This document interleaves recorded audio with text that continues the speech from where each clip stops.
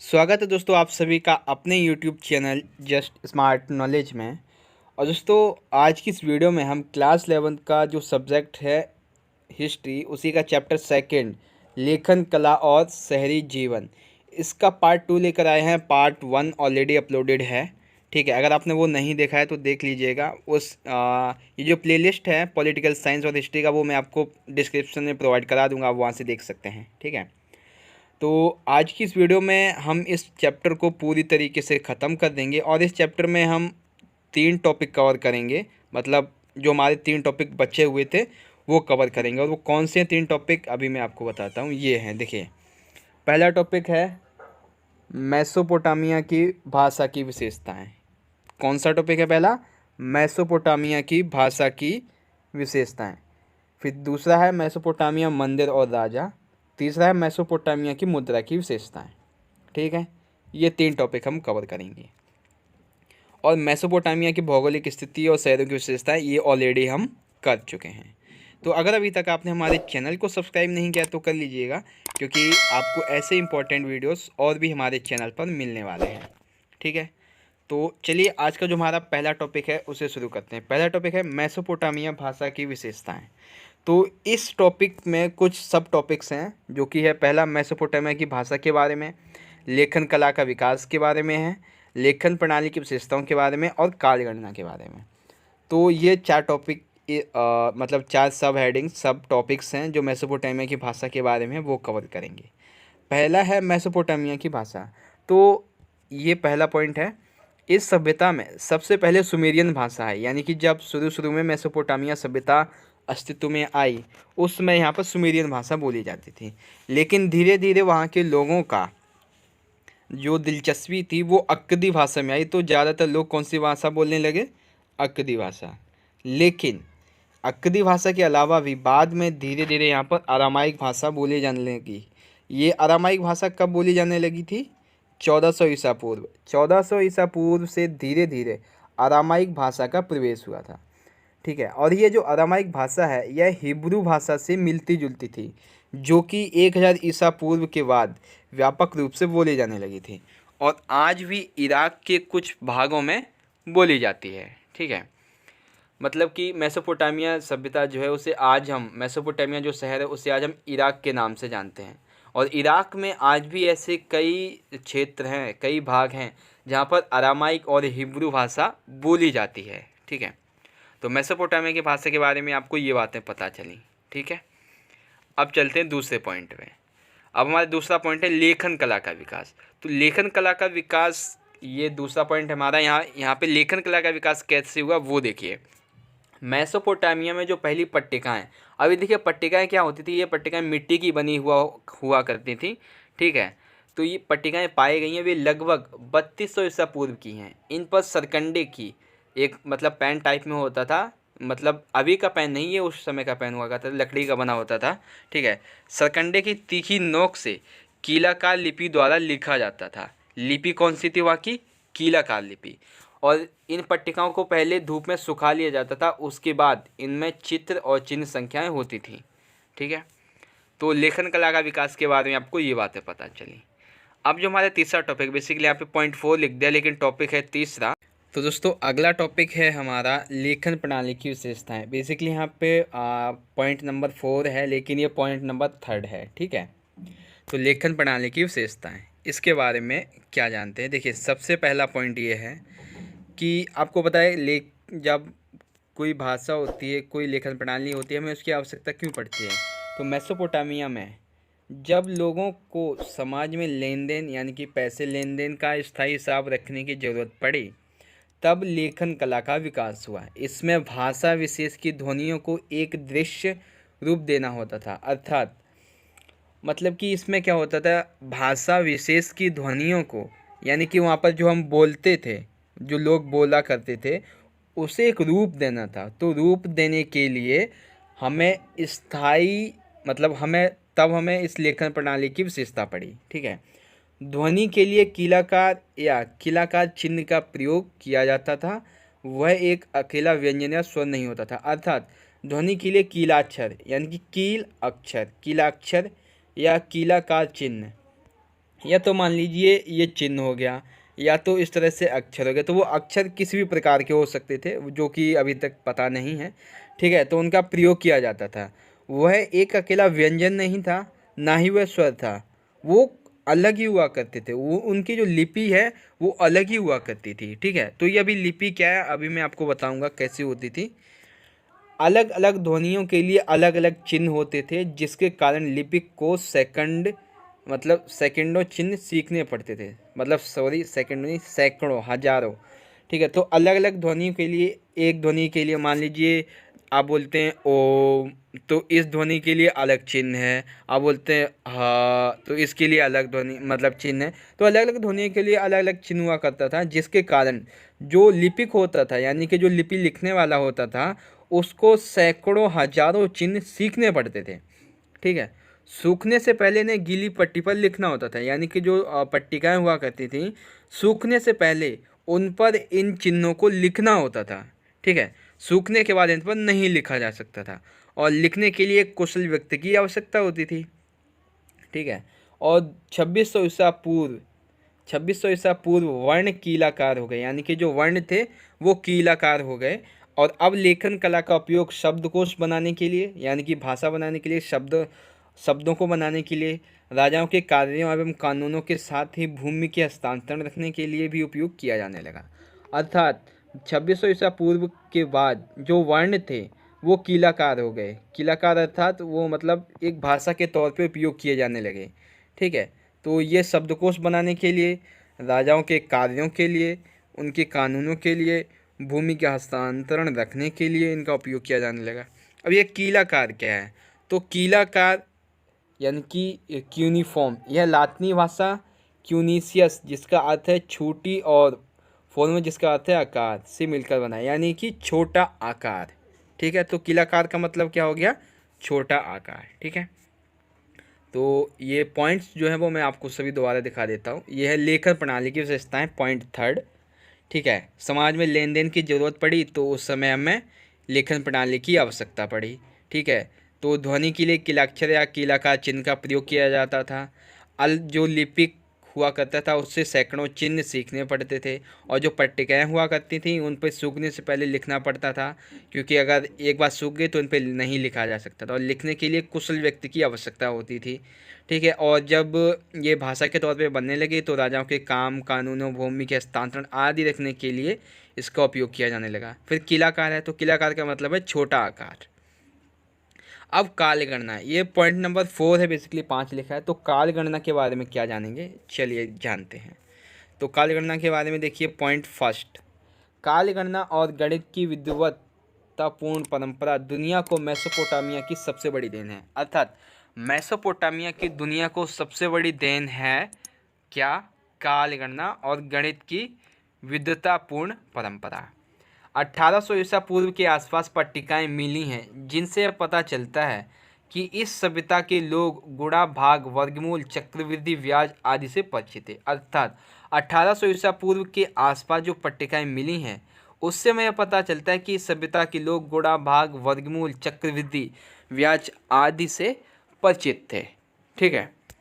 उसके बाद काल गणना के लिए, एक सेकेंड, हाँ, उसके बाद काल गणना के लिए यहाँ के लोगों ने एक वर्ष विशेष मतलब कि 12 महीने, एक महीने का हिसाब हफ्ते भर में रखने का दिन 24 घंटे, 1 घंटे का 60 मिनट विभाजन किया, जैसा कि आपको पता है हम करते हैं, ठीक है। काल गणना के लिए इन्होंने क्या किया, एक वर्ष का 12 महीने में, एक महीने का 4 हफ्तों में, और एक दिन का 24 घंटे, और 1 घंटे का 60 मिनट में विभाजन कर दिया। कुछ किस्से कहानियों को तो मौखिक रूप से याद रखते हुए, परंतु विज्ञान गणित को जीवित रखने के लिए दस्तावेजों, किताबों की आवश्यकता होती थी। यानी कि कुछ किस्से कहानियों को तो हम क्या कर सकते हैं, मौखिक रूप से याद रख सकते हैं, लेकिन जो विज्ञान है, जो गणित है, उसको जीवित रखने के लिए हमें दस्तावेजों, किताबों की आवश्यकता पड़ती है। काल गणना का लेखा जोखा भी लिखित रूप में होता था। अर्थात जो काल गणना है उसका लेखा जोखा, उसके बारे में सारी जानकारी भी लिखित रूप में होती थी। चंद्र ग्रहण का हिसाब भी रखा जाता था लिखित रूप में।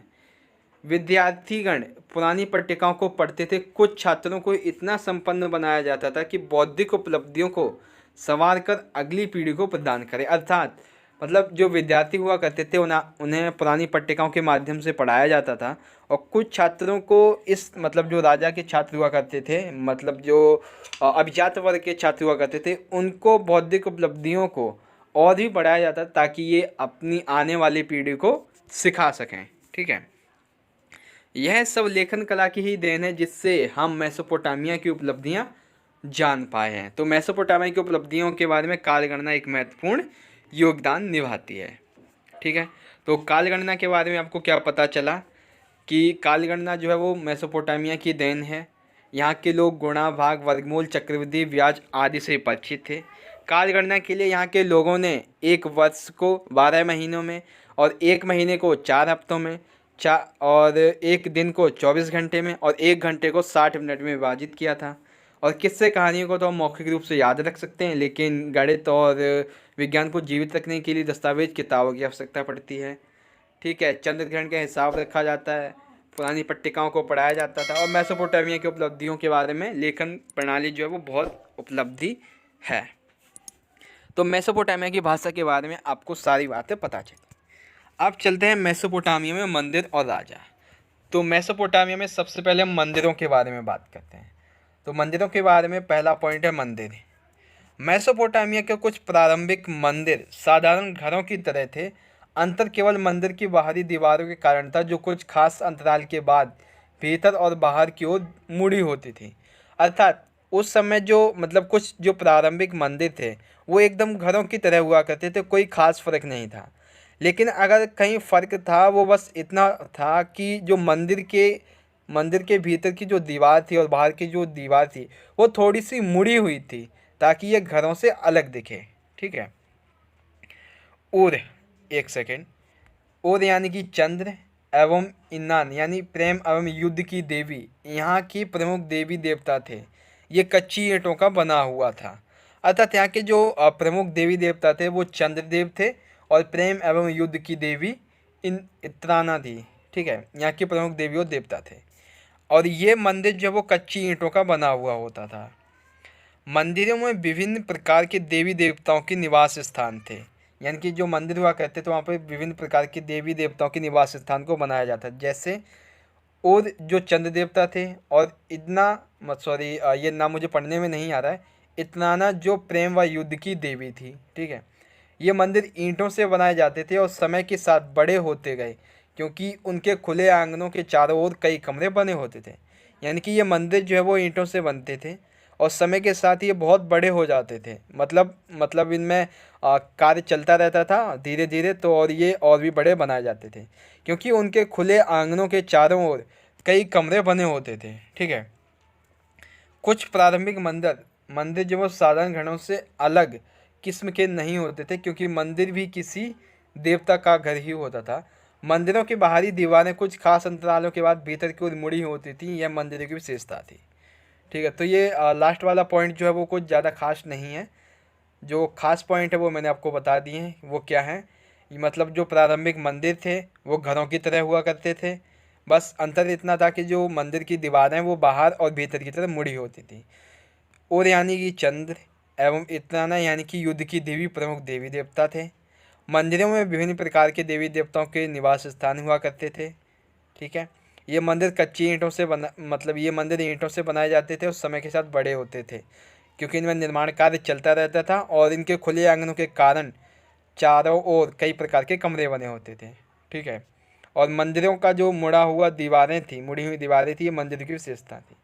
अब देवता पूजा की अगर हम बात करें तो देवता पूजा, एक सेकेंड, हाँ, देवता पूजा का केंद्र बिंदु होता था। यानी कि पूजा का केंद्र बिंदु देवता को माना जाता है। लोग देवी देवता के लिए अन्न, दही, मछली लाते थे। यानी कि चढ़ावा चढ़ाने के लिए अन्न, दही और मछली लाते थे। आराध्य देव सैद्धांतिक रूप से खेतों, मत्स्य क्षेत्रों और स्थानीय लोगों के पशुधन का स्वामी माना जाता था। यानी कि जो आराध्य देव हुआ करते थे वो सैद्धांतिक रूप से खेतों के लिए, मत्स्य क्षेत्रों के लिए स्थानीय लोगों के पशुधन के लिए स्वामी माना जाता था। जब वो उन्हें कुछ दान देंगे, मतलब उन पे कुछ चढ़ावा चढ़ाएंगे, तो बदले में वो इनके लिए खेतों में मत्स्य, स्थानीय लोगों के जो पशुधन है उनके लिए ये मतलब अपने लिए दुआ मांगते थे ताकि ये अच्छे से फले फूले। समय आने पर उपज को उत्पादित वस्तु में बदलने की प्रक्रिया, जैसे तेल निकालना, अनाज पीसना, काटना और ऊनी कपड़े को बुनना आदि मंदिरों के पास ही की जाती थी। अर्थात मतलब कि समय आने पर जो उपज का उत्पादित मतलब जो हम समय आने पर जो फसल हुआ करती थी उसको वस्तुओं में बदलने की प्रक्रिया, जैसे तेल निकालना, अनाज को पीसना, किसी चीज़ को काटना, ऊनी कपड़ों को बुनना आदि जो है वो मंदिर में नहीं बल्कि मंदिर के चारों दीवारी के आसपास किया जाता था। ठीक है। उसके बाद अब बात करते हैं मेसोपोटामिया में राजा। अभी हमने जाना मंदिर और देवता पूजा के बारे में। ठीक है। अगला पॉइंट है मेसोपोटामिया में राजा। तो मेसोपोटामिया में राजा के बारे में क्या जानेंगे। पहला, समय का यह विभाजन सिकंदर के उत्तराधिकारियों द्वारा अपनाया गया है। वहाँ से यह रोम तथा इस्लाम की दुनिया में तथा बाद में मध्ययुगीन यूरोप में पहुँचा। अर्थात समय के साथ ये जो विभाजन है, मेसोपोटामिया में राजा जो हुआ करते थे उस समय के बाद जब समय का विभाजन हो गया तो सिकंदर के जो उत्तराधिकारी थे, यानी कि जो मुगल कालीन सिकंदर था, उसके द्वारा मेसोपोटामिया में जो राजा की पद्धति थी उसको अपनाया गया था। रोम तथा इस्लाम की दुनिया में उसके बाद में भी यह मध्यकालीन यूरोप में पहुंचा था। ठीक है। असीरियाई शासक अश्शुरबनीपाल ने बेबीलोनिया से कई मिट्टी के पट्टिकाएं मंगवाकर निन्वे में एक पुस्तकालय स्थापित किया था। अब यहाँ पे लोगों के बारे में हम जानेंगे, राजाओं के बारे में, उन्होंने क्या क्या किया। तो असीरियाई शासक था कौन सा, अश्शुरबनीपाल। इसने बेबीलोनिया से कई मिट्टी के पट्टिकाएं मंगवाकर निन्वे में एक पुस्तकालय स्थापित किया था। ठीक है। गिलगेमिश, ये भी एक राजा था। गिलगेमिश उरुक नगर का शासक था और एक महान योद्धा था जिसने दूर दूर तक के प्रदेशों को अपने अधीन कर लिया था। ठीक है।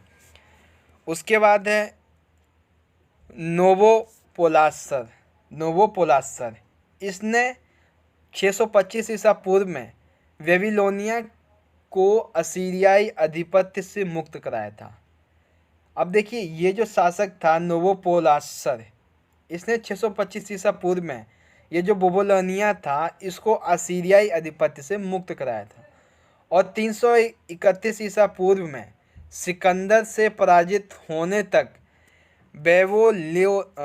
बेबीलोन दुनिया का एक, यानी कि ये जो था बेबीलोनिया दुनिया का एक प्रमुख नगर बना रहा। ठीक है। नेबोनिडस स्वतंत्र बेबीलोन का अंतिम शासक था। अभी मैं आशा करता हूँ कि आपको ये समझ में नहीं आया होगा क्योंकि अच्छे से नहीं समझाया, अब आप इसे अच्छे से समझ पाएंगे। तो देखिए पॉइंट सेकंड है मेसोपोटामिया में राजा। तो मेसोपोटामिया में जो राजा थे वो कई तरह के राजा थे और यहाँ पे हम जानेंगे राजाओं के बारे में कि किस किस राजा ने क्या क्या किया। तो अगर आप चाहें तो इस पहले पॉइंट को यहाँ पे छोड़ सकते हैं क्योंकि ये कुछ खास नहीं है। ठीक है। खास पॉइंट हैं वो यहाँ से कि असीरियाई शासक जो कि अश्शुरबनीपाल था, इसने बेबीलोनिया से कई मिट्टी की पट्टिकाएं मंगवा कर निन्वे में एक पुस्तकालय स्थापित किया जहाँ पे मेसोपोटामिया की पट्टिकाएं पाई जाती हैं। एक ये शासक है गिलगेमिश। इसने ये एक मतलब जो उन नगर था वहाँ का शासक था, एक महान योद्धा भी था जिसने दूर दूर तक के प्रदेशों को अपने अधीन किया था। और नोवोपोलासर ने 625 ईसा पूर्व में बेबीलोनिया को असीरियाई आधिपत्य से मुक्त करवा लिया था। ठीक है। मतलब कि एक सेकेंड, हाँ थोड़ी सा गड़बड़ हो गई यहाँ पे। हाँ, तो ये जो असीरियाई शासक था जिसने किस पे मतलब किस पे राज करता था, ये बेबीलोनिया पे। तो नोवोपोलासर ने इसको असीरियाई को क्या किया, हरा के इस पर अपना आधिपत्य कर लिया, किस पे, बेबीलोनिया पे। अब 331 ईसा पूर्व में सिकंदर से पराजित होने तक बेबीलोन दुनिया का एक प्रमुख नगर बना रहा। नेबूकदनेस्सर स्वतंत्र बेबीलोन का अंतिम शासक था। ठीक है, तो मेसोपोटामिया के मंदिर और राजाओं के बारे में आपको पता चला। अब हम जानते हैं जो एक लास्ट पॉइंट बचता है हमारा, मेसोपोटामिया मुद्रा की विशेषताएं। तो मेसोपोटामिया की मुद्रा की विशेषताओं के बारे में ये जो पॉइंट है वो मैंने आपका सीधा सीधा आपकी बुक से लिया है। यही जो है वो इम्पोर्टेंट है आपके लिए। हालांकि ये जो मुद्रा है वो कुछ जो इस तरह से दिखती थी। ठीक है, अब इनके बारे में हम थोड़ा डीपली जान लेते क्या है। मोहर एक शहरी शिल्प कृति, ये आपकी बुक में दिया हुआ है। तो देखिए क्या है, भारत में प्राचीन काल में पत्थर की मोहरें होती थी, यानी कि मेसोपोटामिया की सभ्यता के दौरान भारत में उस समय जो मोहरें थी वो पत्थर की होती थी जिन पर चिन्ह अंकित किए होते थे। लेकिन मेसोपोटामिया में पहली सहस्त्राब्दी ईसा पूर्व के अंत तक पत्थर की बेलनाकार मोहरें जो बीच में आर पार छिदी हुई होती थीं एक तीली लगाकर गीली मिट्टी के ऊपर घुमाई जाती थी और इस प्रकार उनसे लगातार चित्र बनता जाता था। वे अत्यंत कुशल कारीगरों द्वारा उकेरी जाती थीं और कभी कभी उनमें ऐसे लेख होते थे जैसे मालिक का नाम, उसमें इष्ट देवता का नाम, उनकी अपनी पदीय स्थिति आदि। किसी कपड़े, अब देखिए यहाँ पे क्या है कि जो मेसोपोटामिया था उसमें मोहरें बनाने के लिए पत्थर का उपयोग किया जाता था। ठीक है, कैसा पत्थर, जो बेलनाकार हुआ करता था। यानी कि देखिए जो पत्थर होगा वो इस तरह का वेलना, सॉरी एक मिनट, हाँ, जो पत्थर होगा वो इस तरह का वेलनाकार पत्थर होगा और यहाँ पे क्या है, ये छेद होगा, यहाँ पे बेसिकली ये छेद होगा ताकि इसे आर पार देखा जा सके। ठीक है, और ये जो बेलनाकार मोहर हुआ करती थी, जो पत्थर हुआ करता था, उस पर राजाओं के नाम के बारे में, स्थिति के बारे में और भी कई चीज़ें लिखी हुई हुआ करती थी। ठीक है, और ये अत्यधिक जो कुशल कारीगर हुआ करते थे उनके द्वारा बनाई जाती थी। किसी कपड़े की गठरी या बर्तन के मुंह को चिकनी मिट्टी से लीप पोत कर उस पर वह मोहर घुमाई जाती थी जिसमें उसमें अंकित लिखावट मिट्टी की तरह छाप ली जाती थी। इससे उस गठरी या बर्तन में रखी वस्तुओं को मोहर लगाकर सुरक्षित किया जा सकता था। जब इस मोहर को मिट्टी की बनी पट्टिकाओं पर लिखे पात्र पर घुमाया जाता था तो वह मोहर उस पात्र की प्रामाणिकता की प्रतीक बन जाती थी। इस प्रकार मुद्रा सार्वजनिक जीवन में नगरवासी की भूमिका को दर्शाती थी। अर्थात यहाँ पे कहने का मतलब ये है कि जो मुद्रा थी वो नगरवासियों के लिए, जो सार्वजनिक जीवन है उसमें नगरवासियों की भूमिका को दर्शाती है। किस तरह से दर्शाती है अब आप ये भी जान लीजिए। तो वो इस तरह से दर्शाती है कि किसी कपड़े की गठरी या बर्तन के मुंह को चिकनी मिट्टी से लीप पोत करे।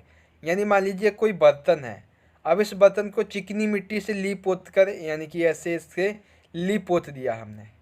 ठीक है, एक मिनट में ऐसे थोड़ा ऊपर कर दूँ।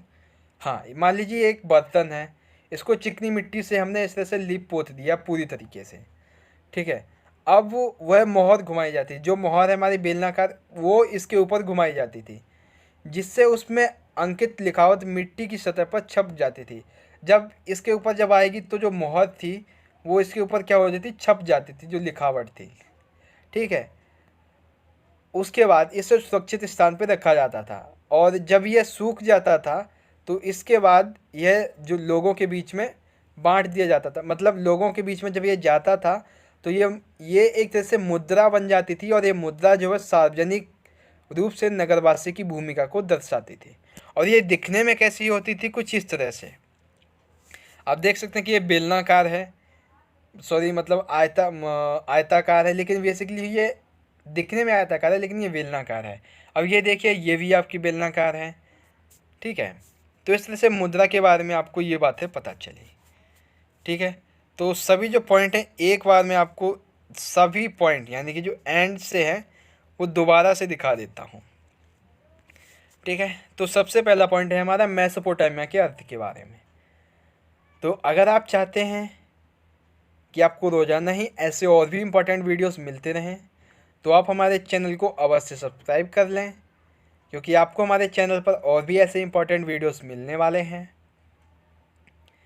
तो आज की वीडियो को हम यहीं पे ख़त्म करते हैं, लेकिन वीडियो ख़त्म करने से पहले सभी पॉइंट्स जो हैं वो पहले पार्ट के और दूसरे पार्ट के मैं आपको यहाँ पे दिखा देता हूँ, ताकि आपको कोई परेशानी ना हो।